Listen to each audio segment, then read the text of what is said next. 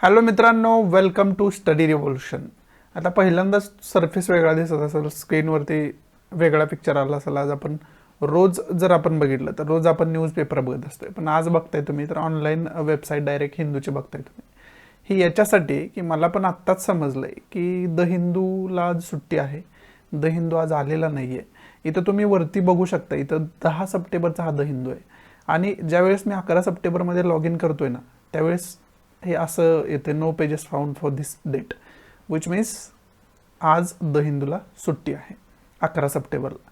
त्यामुळे आज कोणत्याही प्रकारचं डिस्कशन नाही आहे. हे मला पण माहिती नव्हतं. त्याच्यामुळं मी सकाळी उठून वगैरे सगळं काही आवरून तयारी वगैरे करून तर डिस्कशन करायचं म्हटलं. आणि ज्यावेळेस द हिंदू डाउनलोडिंग करायचं म्हणून द हिंदूच्या वेबसाईटवर गेलो, माझं जे सबस्क्रिप्शन आहे माझ्या अकाउंटवर गेलो, परंतु तिथं कोणत्याही प्रकारे द हिंदू मला दिसत नाही आहे. त्यावेळेसच हे लक्षात आलं माझ्या की 11 सप्टेंबर आज द हिंदूला सुट्टी आहे.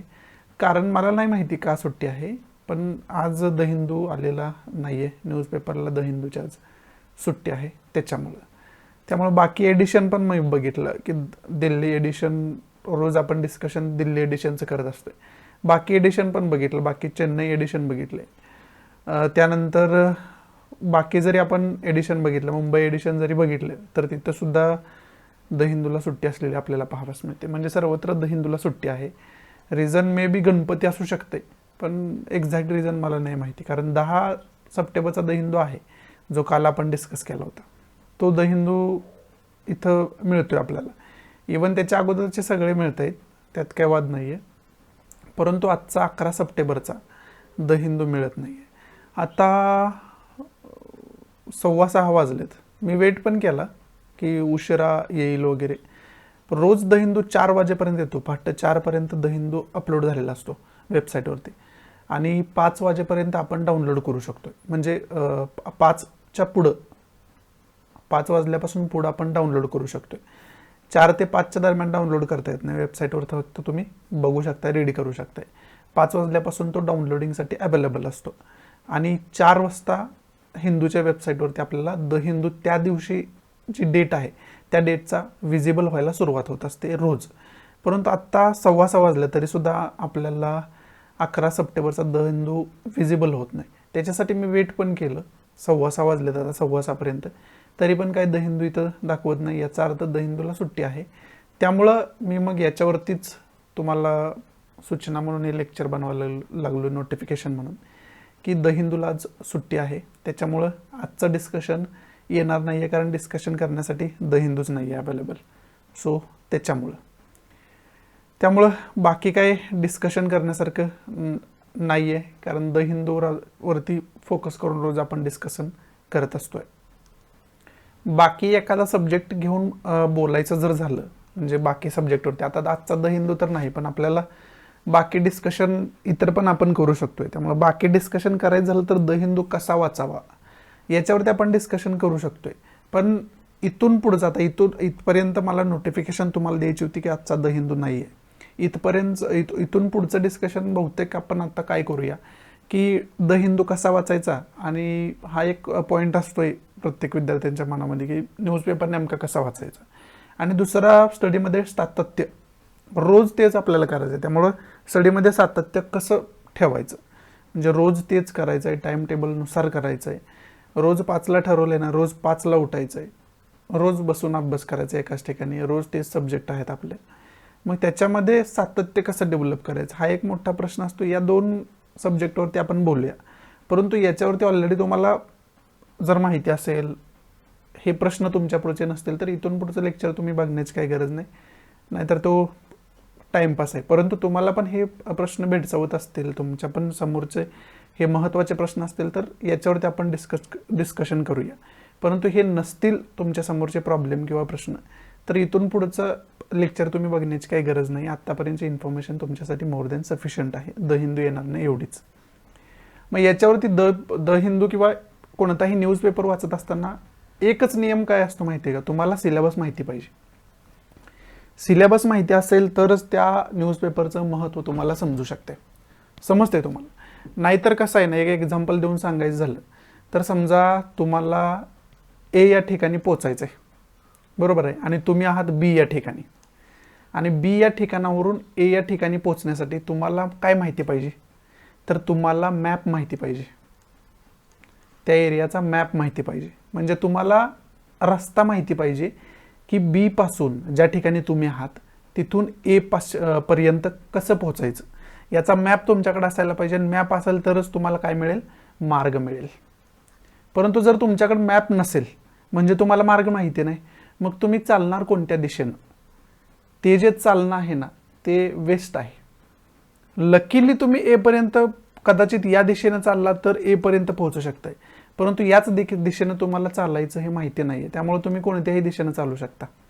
बरोबर आहे, जर मॅप माहिती नसेल तर मग तुमचा वारंवार रस्ता चुकणार. समजते तुम्हाला? त्यामुळे तुम्हाला काय पाहिजे, मॅप माहिती पाहिजे. या एक्झाम्पल मधून आपल्याला काय शिकायला, मॅप हा काय आहे, मॅप हा आपला सिलेबस आहे, आणि न्यूजपेपर कसा वाचायचा हा फक्त सिलेबस सांगू शकतो, दुसरं कोणीही सांगू शकत नाही. सिलेबसमध्ये जे काही पॉईंट आहेत ना ते पॉईंट आपल्याला कनेक्ट करता आलं पाहिजे न्यूजपेपरसोबत. समजते? आता काल आपण प्राचीन इतिहासाचा एक संस्कृतीचा भाग बघितला होता. एक तामिळनाडूमध्ये सापडलेली एक संस्कृती आहे, त्याचं नाव पण मी तुम्हाला सांगितलं होतं काल. आणि याच्यापेक्षा वेगळं आणखी सांगतो, सोपं सांगतो. हरप्पन संस्कृती विषयी काय काय विश्लेषण वारंवार येत असतं न्यूजपेपरला, आणखी काय काय शोध त्याच्यामध्ये लागले ते येत असतं. तशा जर प्रकारची न्यूज आली तर तुम्हाला सिलेबसमधला हा पॉईंट जो आपला कल्चरचा पॉईंट आहे ना, GS फर्स्टमध्ये पहिले 2च पॉईंट आहेत, त्याच्यामध्येच आपल्याला सापडतो. मग तो पॉईंट लगेच आपल्याला आठवायला पाहिजे, आणि ते आठवण्यासाठी तुम्हाला काय माहिती पाहिजे, तुम्हाला सिलेबस माहिती पाहिजे. समजते? मग ती न्यूज वाचत असताना तुम्ही कशाला कनेक्ट केलं, तर डायरेक्ट आपल्या UPSCच्या सिलेबसला कनेक्ट केलं. किंवा तुम्ही MPSC करत असाल तर MPSCचा सिलेबस माहिती पाहिजे, आणि त्याच्यामध्ये कल्चर हा पॉईंट कुठे येतो, त्याला किती वेटेज आहे सिलेबसमध्ये, किंवा त्याच्यावरती आत्तापर्यंत किती क्वेश्चन पडलेले आहेत, हे खरं तर बघणं गरजेचं असतं. पहिला पॉईंट काय सांगितलं मी तुम्हाला, पहिला आहे सिलेबस बघणे. सिलेबसमधला पहिलाच पॉईंट आपला कल्चरचा आहे, त्यामुळे तो लगेच आठवला पाहिजे. म्हणजे तुम्हाला काय समजलं की UPSCच्या दृष्टीतून, MPSCच्या दृष्टीतून सिलेबसमध्ये हा पॉईंट दिला आहे आणि याच्याशी रिलेटेड ही न्यूज आहे, म्हणून ती न्यूज इम्पॉर्टंट असते. समजते? मग हे जर तुम्हाला कळत असेल, हे जर लिंक तुम्हाला करता येत असेल ना, तर ऑब्वियस आहे तुम्हाला न्यूजपेपर वाचायचा कळतोय असं समजू शकताय तुम्ही. म्हणजे सिलेबसमध्ये ती न्यूज कुठं आहे, कुठे इम्पॉर्टंट आहे त्या सिलेबसमध्ये या न्यूजचं, हे तुम्हाला कळलं पाहिजे. तरच तुम्हाला कळणार आहे वाचायचं न्यूजमधलं काय आहे, न्यूजपेपरमधलं, आणि वाचायचं नाही असं काय आहे. हे 2 गोष्टी तुम्हाला कळायला पाहिजे. हे पण तेवढंच महत्त्वाचं आहे, वाचायचं काय हे कळण्यापेक्षा काय वाचायचं नाही हे सुद्धा कळायला पाहिजे आपल्याला. जर तुम्हाला ते नाही समजलं तर तुम्ही सगळंच वाचणार, आणि काय इम्पॉर्टंट आहे आणि काय इम्पॉर्टंट नाही आहे हे तुम्हाला कळणारच नाही. मग ते वेस्ट आहे, टाईम वेस्ट करताय तुम्ही, उगाच न्यूजपेपर वाचत बसताय. मग तसं न करता जे आपल्याला सिलेबस रिलेट करता येते ना ते फक्त वाचणे, याला न्यूजपेपर रिडिंग म्हणतो. आपण कॉम्पिटेटिव्ह एक्झामची तयारी करत असाल तर असंच न्यूजपेपर रिडिंग करायचं असतं. कॉमन इंडियन पर्सन तुम्ही असाल किंवा कुठलेही पर्सन कॉमन तुम्ही असाल तर तुम्ही टोटल न्यूजपेपर वाचू शकता. तुम्हाला पॉलिटिक्स बी गरजेचं आहे, तुम्हाला इतर गोष्टी पण गरजेच्या आहेत, तुम्हाला ॲड पण बघायचे आहेत. समजते? परंतु आपल्याला ठराविकच गोष्टी गरजेच्या आहेत, आणि त्याच गोष्टी न्यूजपेपरमधल्या आपण वाचायला पाहिजे. समजते तुम्हाला? आणि त्या ठराविक न्यूजपेपरमधल्या इम्पॉर्टंट गोष्टी ओळखायच्या कशा ते मी तुम्हाला सांगितले, सिलेबस बघायचा पहिल्यांदा. हा पहिला की पॉईंट आहे. दुसरा की पॉईंट काय आहे त्याचा, पहिला आपण सिलेबस बघितला, दुसरा तुम्ही प्रिव्हियस इयर क्वेश्चन पेपर बघितलेला असायला पाहिजे. प्रिव्हियस इयरमध्ये UPSCनं MPSCनं कशा पद्धतीनं क्वेश्चन विचारलेले आहेत ना, त्याच्यावरून सुद्धा तुम्हाला न्यूजचं इम्पॉर्टंट कळतं की कशाचे. फॉर एक्झाम्पल काल ब्रिक्सवर पण आपण बोललो होतो, बरोबर आहे. मग आता याच्या अगोदर ज्यावेळेस तुम्ही ब्रिक्सची न्यूज बघताय ना, तर तुम्हाला हे लगेच समजायला पाहिजे की प्रिव्हियस इयरमध्ये ब्रिक्सवरती क्वेश्चन प्रीला मेन्सला विचारलेत का, किंवा ब्रिक्सचाच फक्त विचार नाही. ब्रिक्स हे इंटरनॅशनल ऑर्गनायझेशन आहे, तशाच पद्धतीनं युनायटेड नेशन आहे, तशाच पद्धतीने युनायटेड नेशन सिक्युरिटी काउन्सिल आहे. ह्या 2 एकच आहेत संस्था. युनायटेड नेशन सिक्युरिटी काउन्सिलची स्थापना केलेली आहे. परंतु अशा ज्या संस्था आहेत, युनायटेड नेशन असू द्या, UNSC असू द्या, त्याचबरोबर वर्ल्ड हेल्थ ऑर्गनायझेशन असू द्या, वर्ल्ड ट्रेड ऑर्गनायझेशन असू द्या, त्याचबरोबर NATO असू द्या, हे जे ब्रिक्स ज्यावेळेस तुम्ही बघताय ना त्यावेळेस मग तुम्हाला हे पण बघायला पाहिजे की युनायटेड नेशनवर प्रिव्हियस इयरला क्वेश्चन विचारले आहेत, UNSCवर प्रिव्हियस इयर क्वेश्चन विचारलेत का, व WHO वर विचारलेत का, WTOवर विचारलेत का, नाटोवर विचारलेत का. समजते, अशा अनेक ऑर्गनायझेशन इंटरनॅशनल लेवलला कार्य करणारे आहेत. मग हे तुम्हाला कधी समजेल की ह्याच्याविषयी वाचायचं आहे का नाही वाचायचं आहे. तुम्ही प्रिव्हियस इयर प्रीचे क्वेश्चन पेपर बघितलेला असायला पाहिजे, प्रिव्हियस इयर मेन्सचे क्वेश्चन पेपर बघितलेला असायला पाहिजे, आणि त्याच्यावरती एक चिंतन तुमचं झालेलं असायला पाहिजे. समजते, तर तुम्हाला हे इतर जे पॉईंट्स आहेत न्यूजपेपरमधले ते तुम्हाला समजू शकते की हे इम्पॉर्टंट आहे की नाही, आणि त्यातलं नेमकं किती डीपपर्यंत आपल्याला अभ्यास करायचा आहे. म्हणजे ब्रिक्स बघत असाल तर ब्रिक्सचं जेवढा अभ्यास कराल तेवढा कमी आहे, युनायटेड नेशनचा जेवढा अभ्यास कराल तेवढं कमी आहे, जेवढं त्यांनी काम केलंय ते आपल्याला अभ्यास करणं कमीच आहे. जेवढं जास्त अभ्यास कराल, जेवढं सखोलात जाईल तेवढं आणखी सखोल होतंय ते. समजते, म्हणजे तुम्हाला ते किती डीपपर्यंत अभ्यास करायचा आहे, ब्रिक्सचा अभ्यास करायचा आहे म्हणजे नेमकं काय काय बघायचं आहे हे जर तुम्हाला बघायचं असेल तर तुम्हाला प्रिव्हियस इयर क्वेश्चन बघावं लागतील की UPSC असेल MPSC असेल हे किती डीपमध्ये जाऊन क्वेश्चन विचारू शकते. समजते तुम्हाला. मग तो जो डीपनेस कळायचा असेल ना तर तुम्हाला प्रिव्हियस इयर क्वेश्चन बघावं लागतील. समजते तुम्हाला. आता फॉर एक्झाम्पल इंडियन कॉन्स्टिट्यूशनचा जर तो आपल्याला अभ्यास करायचा झाला तर इंडियन कॉन्स्टिट्यूशनचा अभ्यास तुम्ही जेवढा सखोल कराल तेवढं मटेरियल त्याचं अवेलेबल आहे, जेवढा कराल तेवढं मटेरियल अवेलेबल आहे. प्रत्येक लेखकाने वेगवेगळे मतं मांडून ठेवलेले आहेत इंडियन कॉन्स्टिट्यूशनवरती. प्रत्येक लेखकाने वेगळ्या पद्धतीने अनालिसिस केले इंडियन कॉन्स्टिट्यूशनचं. मग हे प्रत्येक लेखकाचं तुम्ही वाचत बसला तर कधीच लेखक संपणार नाहीत, कधीच बुक संपणार नाही तुमचं. मग त्याच्यासाठी तुम्हाला काय पाहिजे तर किती सखोलमध्ये अभ्यास करायचा याची जाणीव तुम्हाला असायला पाहिजे, याचं एक वेगळं नॉलेज तुम्हाला असायला पाहिजे. आणि हे नॉलेज कुठून येतं, हे नॉलेज क्वेश्चन पेपरमधून येतं. हे नॉलेज ना तुम्हाला फक्त आयोगच सांगू शकतं. मग ते MPSC असू द्या किंवा UPSC असू द्या, हे तुम्हाला आयोगच सांगू शकतं फक्त. आणि आयोग कोणत्या माध्यमातून सांगू शकतं, त्यांनी आत्तापर्यंत विचारलेले क्वेश्चन घ्या तुम्ही. त्यामध्ये कधी कधी काय होतं ना, आपण विनाकारण उगच जास्त सखोलात जाऊन अभ्यास करायला लागतो, त्याचा काहीच उपयोग नाही. तुम्हाला जेवढं माहिती पाहिजे त्याच्यापेक्षा सखोलात जाऊन काय उपयोग नाही, जास्त टाइम वेस्ट करताय तुम्ही त्या सब्जेक्टवर, आणि त्यामुळे बाकी सब्जेक्टकडे दुर्लक्ष होतंय तुमचं. मग तुम्हाला जेवढं डीपनेस जर समजायचं असेल तर पहिल्यांदा काय करायला पाहिजे तर क्वेश्चन पेपर बघायला पाहिजे. सिलेबस तर तुम्ही हरिपाठ पारायण तुम्हाला माहिती असेल तसा तुम्ही रोज सिलेबस बघायला पाहिजे. सिलेबस तुमचा तोंडपाठ असायला पाहिजे. झोपेतनं जरी उठून विचारलं की सिलेबसमधला हा पॉईंट किती नंबरला आहे तर तो नंबरसुद्धा तुम्हाला सांगता आला पाहिजे. एवढी कमांड तुमची सिलेबसवर पाहिजे पहिल्यांदा. दुसरी गोष्ट, क्वेश्चन पेपर पण तेवढ्याच पद्धतीनं तशाच सखोलमध्ये तशीच कमांड तुम्ही क्वेश्चन पेपरवर तुमची सुद्धा असायला पाहिजे की हा एखादा क्वेश्चन समोर आला तर तो कोणत्या वर्षी विचारलाय हे एवढं इथपर्यंत तुम्हाला सांगता आलं पाहिजे. हे मी जास्त एक्झॅगरेट जर करून सांगत असाल ना तर मला फक्त त्याच्यातून एकच सांगायचं आहे की किती कमांड पाहिजे तुमची या दोन घटकांवरती. समजते तुम्हाला. आणि हे सिलेबस आणि क्वेश्चन पेपर बघितल्यानंतर एखाद्या सब्जेक्ट तुम्ही अभ्यास करायला घ्यायला पाहिजे. आत्ता काय झालंय की पोरं काय करतायत, सिलेबस बघत नाही नीट, क्वेश्चन पेपर नीट बघत नाही, डायरेक्ट सब्जेक्ट वाचायला सुरुवात करणार. आता समजा पॉलिटी जर वाचायचं असेल तर त्याचे बेसिक बुक्स आहेत काय, आणि त्यानंतर मग लक्ष्मीकांत तुम्ही घ्यायला पाहिजे. महाशय काय काय अशा आहेत की लक्ष्मीकांत घेऊन बसतात दिवसभर. मग त्यातलं लक्ष्मीकांतमधलं नेमकं तुम्हाला काय वाचायचं आहे, काय वाचायचं नाही, किती डीपमध्ये वाचायचं आहे, काय लक्षात ठेवायचं आहे, काय लक्षात ठेवण्याची गरज नाही, हे तुम्हाला कसं समजणार. तुम्हाला पॉलिटीमध्ये एक्सपर्ट व्हायचं नाही, तुम्हाला आयोगाच्या पद्धतीनं लायक व्हायचं आहे की आयोग ज्या पद्धतीनं क्वेश्चन विचारत आहे ना त्याचे आन्सर करण्यासाठी तुम्हाला लायक व्हायचं आहे. समजते. तुम्हाला एक्सपर्ट बनायचं नाही. त्याच्यामध्ये एक्सपर्ट तुम्ही असाल तर तिथं आयोगाला त्याच्याशी काही देणं घेणं नाही. आयोगाने विचारलेल्या प्रश्नाचं उत्तर तुम्हाला आलं, मोर दॅन सफिशियंट आहे त्यांच्यासाठी. समजते तुम्हाला. त्यामुळे तुम्ही क्वेश्चन पेपर आणि सिलेबस माहिती असल्याशिवाय कोणताही सब्जेक्ट वाचणं किंवा इव्हन न्यूजपेपरसुद्धा वाचणं हे माझ्या दृष्टीतून चुकीचंच आहे. तुम्हाला सिलेबस माहिती पाहिजे, क्वेश्चन पेपर माहिती पाहिजे, नंतर तुम्ही प्रॉपर स्टडी चालू करायला पाहिजे. स्टडी प्रॉपर हाच आहे की तुम्हाला सिलेबस आणि क्वेश्चन पेपर माहिती असायला पाहिजे. हे कोणत्या जरी एक्सपर्टला तुम्ही विचारलं तरी तुम्हाला हेच उत्तर मिळेल की सिलेबस आणि क्वेश्चन पेपर. आणि इवन हा कॉमन सेन्स आहे. तुम्हाला जसं मी A आणि Bचं एक्झाम्पल दिलं, तुम्हाला A ठिकाणी जाण्याचा मॅपच माहिती नाही तर तुम्ही चालायला सुरुवात कसं काय करू शकताय. तुम्ही सिलेबस आणि क्वेश्चन पेपर माहिती नसताना अभ्यास सुरू करताय म्हणजे तुम्ही मॅप माहिती नसताना चालायला सुरुवात करताय. म्हणजे जास्तीत जास्त शक्यता ही आहे की तुमचा रस्ता चुकू शकतो. त्यामुळं मॅप माहिती करून घ्या. म्हणजे काय करा, सिलेबस माहिती करून घ्या आणि क्वेश्चन पेपर माहिती करून द्या. समजते तुम्हाला. क्वेश्चन पेपर आणि सिलेबस हा मॅप आहे एका ठिकाणापर्यंत पोहोचण्याचा. म्हणजे ए हे आपलं निश्चित ध्येय आहे आणि त्या ध्येयापर्यंत पोहोचण्याचा मॅप सिलेबस आणि क्वेश्चन पेपर आहे. एवढं महत्त्व आहे सिलेबस आणि क्वेश्चन पेपरला.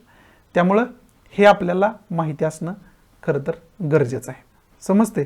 त्याच्यामुळं याच्यावरती डिस्कशन करणं गरजेचं होतं. हा एक महत्त्वाचा पॉईंट आहे, थोडक्यात मी तुम्हाला सांगण्याचा प्रयत्न केला. हे जे मी सांगतोय ना हे खूप महत्त्वाचं आहे. हे आणि हे महत्त्व विशेष करून अनुभवाच्या जोरावर मी बोलतोय. त्यामुळं हे अत्यंत महत्त्वाचं आहे. हे खूप लक्षात ठेवण्याचा प्रयत्न केला. अनेक यशस्वी विद्यार्थ्यांची भाषणं तुम्ही बघितली असतील किंवा कुठं तर क्लास जॉईन केला असेल, त्या सरांना विचारलं असेल किंवा कुठं तर कोणत्या तरी सरांना तुम्ही भेटला असेल, त्यांना जरी विचारलं तर तुम्हाला हेच उत्तर मिळेल. समजते? त्यामुळं हे खूप महत्त्वाचं आहे. हे लक्षात ठेवा तुम्ही आणि याची अंमलबजावणी करायचा प्रयत्न करा. हे जर तुमचं चुकत असेल ना तर सगळं काही भविष्यात चुकू शकतं आणि त्याचे परिणाम खूप भयानक भोगावे लागू शकतात. कारण आपल्या MPSC घ्या किंवा UPSC घ्या, आपलं कसं आहे, तुम्ही इंटरव्ह्यूला गेला आणि तिथं फेल झाला तर पुन्हा प्री द्यायची आहे तुम्हाला, पुन्हा मेन्स द्यायचे आणि पुन्हा इंटरव्ह्यू द्यायचा. म्हणजे तुमच्या आयुष्यातली जवळजवळ 2 वर्ष पुन्हा तुम्हाला तेच करायचं आहे. मग या चुका तुम्ही अनुभवातनं जर शिकणार असाल तर मग तुम्हाला 2 वर्ष वाया घालावं लागतील. 2 म्हणण्यापेक्षा जास्त वर्ष वाया घालावं लागतील. आणि तुम्ही जर हे असं शिकत असाल, कोणतर सांगत आहे आणि त्याच्यामध्ये तुम्हाला तथ्य वाटत आहे तसं शिकत असाल तर मग खूप चांगली गोष्ट आहे तुमच्यासाठी. त्यामुळं हे खूप जास्त महत्त्वाचं आहे. आता त्याच्यासाठी जास्त महत्त्वाचं आहे, याच्यासाठी माझ्याकडे काही वेगळे शब्द नाही आहेत, परंतु तुम्ही समजून घ्या की मला काय सांगायचं आहे. की क्वेश्चन पेपर आणि syllabus is the key of success म्हणू शकतो आपण त्याला. म्हणजे याच्याशिवाय काहीच करू शकत नाही तुम्ही. आयोगाला ओळखायचं असेल ना, आयोगाचा डिपमेस ओळखायचा असेल ना, तर त्याच्यासाठी एकच सोल्युशन आहे, सिलेबस बघणे, क्वेश्चन पेपर बघणे. याच्याशिवाय पर्याय नाही. याच्यानंतरच तुम्ही एखाद्या सब्जेक्टचा अभ्यास करू शकता. याच्यानंतरच न्यूजमध्ये काय वाचायचं आणि काय वाचायचं नाही हे समजू शकता. अदरवाईज तुम्हाला काय वाचायचं नाही यातला डिफरन्स कळणार नाही. तुम्ही सर्व काही वाचणार आणि क्वेश्चन काय पडणार वेगळंच आणि तुम्ही डीपमध्ये वाचलेलं असणार वेगळंच. समजते तुम्हाला? त्यामुळं या गोष्टी, हे बघा सोपी गोष्ट आहे. ए आणि बी हे 2 घटक आहेत सिलेबसमधले, किंवा ए बी झाले, आता XY सांगतो.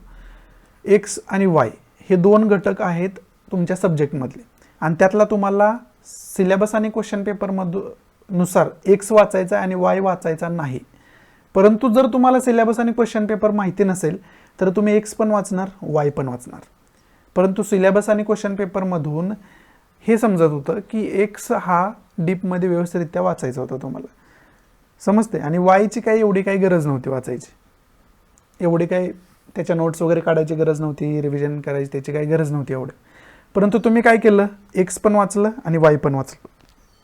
त्यामुळं काय झालं, नीट तुमची X वर पण कमांड नाही झाली आणि नीट Y वर पण कमांड तुमची नाही झाली. त्यामुळं अभ्यास आहे, आयोगानं प्रश्न विचारले X या पार्टमधून, सिलेबसच्या X या पार्टमधून, त्या सब्जेक्टच्या X या पार्टमधून क्वेश्चन विचारले आणि त्याच्यामध्ये तुम्ही सिली मिस्टेक करून आला आणि क्वेश्चन चुकवून आला. त्यामुळं मेरिटमध्ये नाव नाही आलं, त्यामुळं स्कोअर नाही आला तेवढा. आणि त्याला कारण काय होतं, सिलेबस आणि क्वेश्चन पेपर. तुम्ही सिलेबस आणि क्वेश्चन पेपरच नीट बघितलं नाहीत. त्यामुळे तुम्ही काय वाचता हे तुम्हालाच कळत नाही. जे वाचायचं नाही ते पण वाचताय. त्यामुळे जे वाचायचं आहे त्याच्यावरती तेवढं कॉन्सन्ट्रेशन करू शकत नाही. समजते तुम्हाला? त्यामुळे सिलेबस आणि क्वेश्चन पेपर बघा. वारंवार तेच मी सांगेन, अजून 1000 वेळा जरी मला तुम्ही विचारलं तर तेच मी सांगेन की सिलेबस आणि question paper is the more important part. More important, no any other choice in that. तुम्हाला दुसरी चॉईसच नाही त्याच्यात. आणि हा खरं तर फॉर्म्युला आहे स्टडी करण्याचा. म्हणजे नेमका स्टडी काय करायचा आहे आणि कसा करायचा आहे त्याचा फॉर्म्युला एकच आहे.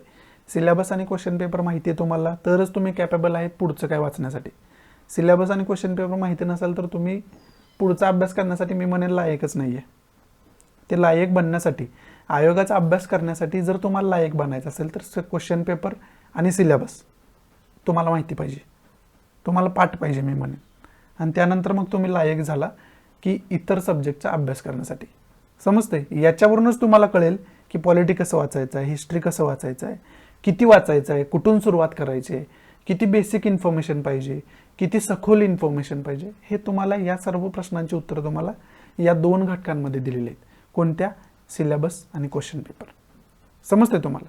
त्यामुळं हे लक्षात ठेवण्याचा प्रयत्न करा. आता हे आपण बोलत होतो की न्यूजपेपर कसा वाचायचा. त्या न्यूजपेपर कसा वाचायचा म्हणजे मी सर्वच काय कसं वाचायचं आयोगाच्या दृष्टीने. एक तुम्ही कॉम्पिटेटिव्ह एक्झामची तयारी करताय, कॉम्पिटेटिव्ह सिव्हिल सर्व्हिसेसची तुम्ही तयारी करताय, त्या दृष्टीतून अभ्यास कसा करायचा हे टोटलच मी तुम्हाला सांगितलं. याच्यामध्ये तुम्हाला न्यूजपेपर कसा वाचायचा हे पण कळलं आणि इतर सब्जेक्ट कसे वाचायचे हे पण कळलं. आशा आहे की तुम्हाला कळलं असेल ते. दुसरी गोष्ट आपल्याला काय करायची की सातत्य कसं डेव्हलप करायचं. आता बऱ्याच वेळेला काय होतं की आपण 2 दिवस 12 तास 15 तास अभ्यास करतो आणि तिथून पुढे 3 दिवस काहीच अभ्यास करत नाही आणि परत मग आपलं कॉमन प्रॉब्लेम असतात. बसूच वाटत नाही, वाचलेलं काही लक्षातच राहत नाही, बोर होतंय. हे कॉमन प्रॉब्लेम आहेत आणि हे काय विशेष नाही. तुमच्यासोबत जरी कधी घडलं असेल हे काय विशेष नाही. तुम्ही ह्युमन बिईंग आहात, तुम्ही बोर होऊ शकता. There is some scientific reason for that. पण प्रॉब्लेम काय ना याच्यामध्ये हे नाही चालत सिव्हिल सर्व्हिसेसमध्ये. कॉम्पिटिशन कशाला म्हणली की कॉम्पिटिशन म्हणजे तुम्ही बोर होताय ना तर त्याच वेळेमध्ये इतर कोणता अभ्यास करते ना, बरोबर आहे. म्हणजे तो विद्यार्थी तुमच्या पुढे गेला तिथंच तुम्ही त्यावेळेसच मागं पडला. ज्यावेळेस बोर झाला, ज्यावेळेस 2-3 दिवस घालवले त्यावेळेसच तुम्ही मागं पडला कॉम्पिटिशनमध्ये. समजते. म्हणजे आपल्याला सातत्य डेव्हलप करणं गरजेचं आहे. सातत्य डेव्हलप करण्यासाठी एकच मोटिवेशन आहे. तुम्ही अदर काय मोटिवेशन म्हणाल की मी काय तर चमत्कार करणार आहे आणि तुमच्या मी दोन दिवसासाठी तुम्हाला मोटिवेशन देऊ शकतो. भरपूर काय काय सांगू शकतो. याचं एक्झाम्पल, त्याचं एक्झाम्पल, महान पर्सनॅलिटीने काय काय केलं याचं एक्झाम्पल. पण त्याच्यातून काय होतं, एखादा मूवी तुम्ही बघितला, एखादा व्हिडिओ मोटिवेशनल पर बघितला, असं काय बघितलं ना तर तुम्ही 2-3 दिवसासाठी मोटिवेट होऊ शकता. जास्तीत जास्त 1 आठवड्यासाठी मोटिवेट होऊ शकता. परंतु त्याच्यानंतरचं मोटिवेशन कुठून आणणार. प्रत्येक वेळेस बाहेरून मोटिवेट होण्याची गरज नसते. प्रत्येक वेळेस बाहेरून जे मोटिवेशन आहे ते तुमचं तात्पुरतं आहे, म्हणजे थोड्या कालावधीसाठी आहे. परंतु तुमचं इनर मोटिवेशन जे आहे ना ते परमनंट आहे आणि हे इनर मोटिवेशनच तुम्ही समजून घेण्याची गरज आहे. इनर मोटिवेशन तुमचं जे आहे त्याची एका वाक्यात डेफिनेशन सांगायची झाली ना तर तुमच्या स्वतःकडून घेतलेलं मोटिवेशन. समजते. म्हणजे तुम्ही तुमचे पॉझिटिव्ह पॉईंट शोधायला पाहिजे, तुम्ही स्वतःला ॲक्सेप्ट करायला पाहिजे, तुम्ही स्वतःला ओळखायला पाहिजे की मी कोणत्या टाईपचा स्टुडंट आहे. आता बऱ्याच वेळेला काही जण 4 वाजता उठून अभ्यास करतात. समजते. काही जण सकाळी 8ला उठणं प्रेफर करतात आणि संध्याकाळी 12पर्यंत अभ्यास करतात. ही वेगवेगळ्या विद्यार्थ्यांची वेगवेगळी टेंडन्सी असेल, वेगवेगळ्या विद्यार्थ्यांचं वेगवेगळं टाइम टेबल असेल. समजते. आणि टाइम टेबल करण्याचा पण फॉर्म्युला काय आहे की तुमचं रेग्युलर रुटीन पहिल्यांदा ओळखा. तुमचं रेग्युलर रुटीन पहिल्यांदा नॅचरल तुम्ही किती वाजता उठता, तुम्हाला कोणता टाइम असा आहे की त्याच्यामध्ये तुमचा जास्त अभ्यास होतो, याचा अगोदर तुम्ही ॲनालिसिस करा. म्हणजे स्वतःचा अभ्यास करा आणि त्यानंतर टाइम टेबल बनवा. काही विद्यार्थी काय करतात, कोणाचं तर बघून टाइम टेबल बनवतात. हा विद्यार्थी, एक अमुक विद्यार्थी 5ला उठत होता म्हणून आपण पण तसं टाइम टेबल बनवायचं. पण तू वेगळा आहे, तो विद्यार्थी वेगळा आहे. तो जो आहे त्याच्या बॉडी लँग्वेजवरून त्यानं टाइम टेबल बनवलं, त्याच्या माइंड सेटवरून त्यानं टाइम टेबल बनवलं. तू पण तसंच कसं काय असू शकतोय. कदाचित तुझी कॅपॅसिटी 4ला उठण्याची असेल, 4ला चांगला अभ्यास होत असेल तुझा, किंवा तुला लवकर उठून अभ्यास होत नाही. काही बऱ्याच जणांची टेंडन्सी अशी असते की सकाळी त्यांचा अभ्यास होत नाही, पहाटे उठलं तरी त्यांचा अभ्यास होतच नाही आणि ते हॅबिट जरी डेव्हलप त्यांनी केली तर पहाटे त्यांचा अभ्यास होऊच शकत नाही. अशा काही पर्सनॅलिटीज आहेत. मग त्यांनी पहाटेचं टाइम टेबल करून काय उपयोग नाही ना. म्हणजे टाइम टेबल तुमच्यानुसार पाहिजे. टाइम टेबलनुसार तुम्ही वागायची गरज नाही. टाइम टेबल तुमच्यानुसार बनवा. तुमच्या रुटीन लाईफनुसार टाइम टेबल बनवायचं आहे. त्यालाच टाइम टेबल म्हणत असतोय आपण. टाइम टेबलनुसार तुम्ही जर वागायला गेला तर ते तुम्ही जास्तीत जास्त 1 आठवडा वागू शकताय. दुसऱ्या आठवड्यात टाइम टेबल कचरा कोंडीत असेल. म्हणजे तुम्हाला तुमचा अभ्यास पहिल्यांदा करायचा आणि त्यानुसार टाइम टेबल डेव्हलप करायचा आहे. तर तुम्ही ते टाइम टेबल फॉलो करू शकता आणि त्याच्यातून मग सातत्य डेव्हलप होईल कदाचित. समजते. हा टाइम टेबलचा भाग झाला. परंतु मुद्दा आपला हा आहे की सातत्य डेव्हलप, कन्सिस्टन्सी, सातत्य डेव्हलप कसं करायचं. की आज 4 तास अभ्यास केला तर उद्या पण कमीत कमी 4 तासच झाला पाहिजे अभ्यास. उद्या 2 तास नाही झाला पाहिजे. त्यालाच आपण सातत्य म्हणतो ना. बरोबर आहे. मग आता याच्यावरती जर बोलायचं झालं ना तर पहिल्यांदा एक गोष्ट महत्त्वाची आहे की तुमच्याकडून तुम्हाला मोटिवेशन मिळायला पाहिजे.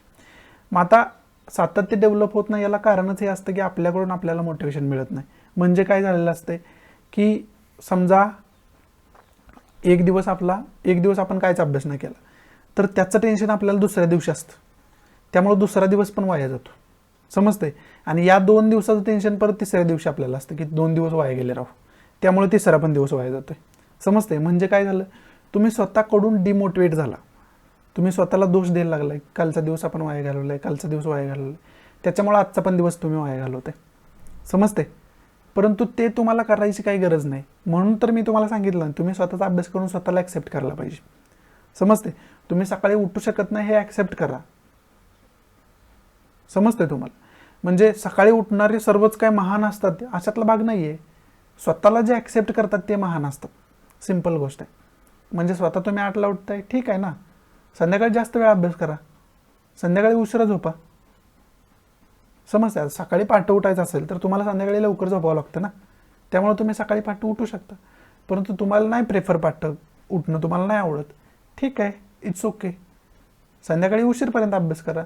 म्हणजे सकाळी जे 2 तास तुम्हाला वाटते बाकीच्याने 2 तास जास्त अभ्यास केला जे पहाटे उठत होते, पण तुम्ही तोच 2 तास संध्याकाळी जास्त अभ्यास करा. तुम्ही रोज 10 वाजता झोपत असाल तर तुम्ही 12 वाजता झोपायला चालू करा. बरोबर आहे. त्यानंतर मग तुम्ही उठू शकता 8 वाजता. It's okay for that. आणि जरी 12ला झोपला तरी 8 वाजता उठला तरी 8 तास झोप झाली, ही मोर दॅन सफिशियंट आहे सायंटिफिकली जरी विचार केला तरी आपण. समजते तुम्हाला. फक्त काय आहे ना, ह्युमन बिईंगला विरुद्ध असं काय नका करू. काय काय विद्यार्थी 4 तास झोपतात, पण 4 तास तो आठवडाभर झोपू शकतो, तिथनं पुढं महिनाभर आजारी पडशील ना, त्याचं काय. तुम्हाला संन्यासी नाही बनायचं, तुम्हाला UPSC पास व्हायचं आहे, MPSC पास व्हायचं आहे, म्हणजे तुम्हाला स्पर्धा परीक्षा पास व्हायचं आहे, तुम्हाला संन्यासी काय व्हायचं नाही. समजते. त्यामुळे हे पण तुम्हाला कळायला पाहिजे की आपल्याला संन्यासी नाही व्हायचं, आपल्याला सिव्हिल सर्वंट व्हायचं आहे. ही पण थिन लाईन आपल्याला कळायला पाहिजे. काय वेळेला काय विद्यार्थ्यांकडून काय होतं, जास्त ओव्हर होतं जास्त, म्हणजे उगाच 15 तास अभ्यास करायचा, पण 15 तास तू आपला मेंदू कार्यच करू शकत नाही सायंटिफिकली विचार केला तर. तू आठवडाभर करशील, पुढच्या आठवड्यात काय करणार आहे. समजते. म्हणजे आपल्याला जेवढा, एखाद्याला 10 तास अभ्यास होतो, एखाद्याला 12 तास होतो, एखाद्याला 8च तास अभ्यास होतो. मग ज्याला 8 तास होतो त्याने ॲक्सेप्ट करायला पाहिजे आपल्याला 8च तास अभ्यास होतो, पण हे 8 तास आपल्याला रोज अभ्यास करायचा आहे. समजते. आता 8 तास ज्याची कॅपॅसिटी आहे त्यानं 15 तास करायचा प्रयत्न केला तर आठवड्यावर 15 तास कराल तुम्ही, ठीक आहे. पुढचे 10-15 दिवस तुम्ही अभ्यासच करू शकणार नाही. बरोबर आहे. आणि हे जे 15 तास केले त्यांचं तुमच्या लक्षात काय राहिलं, ज्या मटेरियलचं रिव्हिजन करू शकताय ते मटेरियल किती तुम्ही डेव्हलप केलं हे पण लक्षात घेणं गरजेचं आहे ना. 15 तास तुम्ही बसलाय एका जाग्याला, याचा अर्थ तुम्ही 15 तास अभ्यास केला असा होत नाही. तुमचा माइंड त्या जागेवर किती दिवस होता, तुमच्या माइंडनं किती ग्रास्प केलं, हे पण ॲनालिसिस गरजेचं आहे. समजतं तुम्हाला. त्यामुळं प्रोडक्टिव्ह वर्क झालं पाहिजे. क्वांटिटी महत्त्वाची नाही, क्वालिटी महत्त्वाची. क्वांटिटी मी 15 तास बसतो, मूर्ख आहे तू. 15 तास बसण्याची गरजच नाही सिव्हिल सर्व्हिसला, कोणालाही विचारा. समजते तुम्हाला. सिव्हिल सर्व्हिसला सिलेबस कव्हर करण्याची गरज आहे आणि क्वेश्चन पेपर जेवढं क्वेश्चन पेपरमध्ये येते ते सोडवून येणं गरजेचं आहे आणि मेरिटमध्ये येणं गरजेचं आहे. समजतंय तुम्हाला. तुम्हाला सिंपल गोष्ट आहे, तुम्हाला मेरिटमध्ये येऊन पास व्हायचं आहे. त्याच्यासाठी तुम्हाला जे काय करायचं ते आयोगाने दिलं आहे, सिलेबस दिलं आहे, क्वेश्चन पेपर प्रिव्हियस इयर आहेत, हे बघायचं आहे. त्याच्यावरून ओळखायचं आहे आपल्याला की किती अभ्यास करणं गरजेचं आहे. तेवढा अभ्यास करायचा आहे, अटेम्प्ट करून यायचं आहे आणि पास व्हायचं आहे. एवढं सिंपल आहे विचार केला तर. पण त्याला एक्झॅगरेट आपण करून ठेवतो, त्याला खूप काही मोठी गोष्ट करून ठेवतो. हे मोठी गोष्ट जोपर्यंत करणं आपण सोडत नाही तोपर्यंत आपल्याला त्याचं बर्डन कमी करता येणार नाही. समजते. आपला मुद्दा होता सातत्य डेव्हलप करायचं. हा खूप महत्त्वाचा मुद्दा आहे. तुम्हाला आता कळतोय की नाही काय माहिती नाही मला, पण सातत्य हे खूप महत्त्वाचं आहे. आणि हे सातत्य कधीही कोलॅप्स होऊ शकतं. आणि सातत्य कोलॅप्स होत गेलं की ते कोलॅप्सच होत जातं. मग आपण कोणतं टाइम टेबल फॉलो करू शकत नाही ना, दिवसभर एका जागेला बसू शकतोय ना, अभ्यास प्रॉपर करू शकतोय. त्याच्यासाठी टाइम टेबल. आणि सगळ्यात मला इफेक्टिव्ह वाटलेला फॉर्म्युला काय माहिती आहे का, सातत्य डेव्हलप करण्याचा. रोज एका जागेला बसण्याचा ना अभ्यास करण्याचा. एका जागेला बसण्याचा फक्त सांगत नाही मी, एका जागेला आपण हिमालयात जाऊन पण बसू शकतो एका जागेला रोज. एका जागेला बसण्याचा उद्देश माझा सांगण्याचा हा आहे की अभ्यास करणे, रोज अभ्यास करण्याचा, म्हणजे सातत्य अभ्यासात ठेवण्याचा फॉर्म्युला सगळ्यात महत्त्वाचा काय माहिती आहे. आज तुम्ही 1 तास अभ्यास केलाय, हा फॉर्म्युला नीट लक्षात घ्या मी काय सांगतोय. आज तुम्ही 1 तास अभ्यास केलाय ना, तर तुम्ही उद्या कमीत कमी 1 तास अभ्यास करायला पाहिजे. समजते? कमीत कमी 1 तास करायचा अभ्यास, त्याच्यापेक्षा जास्त तुम्हाला जेवढं वाटतं तेवढं करा. समजते? असं थोड्या कालावधीपासून सुरुवात करा, की पहिल्यांदा 1 तास रोज अभ्यास करा. म्हणजे आज 1 तास केलाय, उद्या 1 तास केलाय, त्यानंतर तुमच्यात कॉन्फिडन्स काय आला, की 1 तास मी चांगला अभ्यास करू शकतोय, हा कॉन्फिडन्स आला ना, त्यानंतर मग 2 तासासाठी ट्राय करायला सुरुवात करा. समजते? त्यानंतर काही दिवस म्हणजे 3-4 दिवस 2 तास अभ्यास करा. हे 2 तास अभ्यास 3-4 दिवस केल्यानंतर तुमच्यात आपोआप कॉन्फिडन्स येईल की आपण रोज 2 तास अभ्यास करतोय आणि प्रॉपर 2 तास करतोय. 2 तासात आपल्याला कोणत्याही प्रकारचं डिस्ट्रॅक्शन येत नाही. म्हणजे तुमच्यामध्ये कॉन्फिडन्स काय आला, की 2 तास अभ्यास करण्याचा कॉन्फिडन्स आला. आणि त्याचबरोबर तुमच्यामध्ये एक तुमचा आत्मविश्वास आलाय ना, हा 2 तास बसण्याचा ना अभ्यास करण्याचा. समजते तुम्हाला? हा 2 तास कॉन्फिडन्स म्हणजेच तुमचं हे मोटिवेशन आहे. आणि हे मोटिवेशन कुठून आलंय? ते तुमच्या स्वतःकडून आले, तुम्हाला मोटिवेशन. आणि हे जे मोटिवेशन असतंय ना, ते मोटिवेशन डिग्रेड होत नाही जोपर्यंत तुम्ही ते फॉलो करताय तोपर्यंत. समजते? मग हे 2 तासाचा आत्मविश्वास आणि मोटिवेशन तुम्हाला 3 तास अभ्यास करण्यासाठी मोटिवेट करेल. समजते? मग तिथून पुढे काय दिवस 3 तास अभ्यास करा. मग 3 तासाचा कॉन्फिडन्स आल्यानंतर 4 तासाला ट्राय करा. बरोबर आहे? आणि त्यानंतर असं वाढवत जा. हे वाढवत कुठपर्यंत जाऊ शकतंय? मॅक्झिमम 9-10 तास मोर दॅन सफिशियंट आहे. मोर दॅन सफिशियंट आहे. 9-10 तास मोर दॅन सफिशियंट आहे.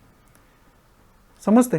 मोर दॅन सफिशियंट आहे 9-10 तास. तिथून पुढं पण तुम्हाला वाटलं की ह्याच्यापेक्षा मी जास्त अभ्यास करू शकतो, ते डिपेंड ऑन यू आहे. पण सिव्हिल सर्व्हिसेससाठी त्याच्यापेक्षा जास्त अभ्यास करण्याची गरज नाही.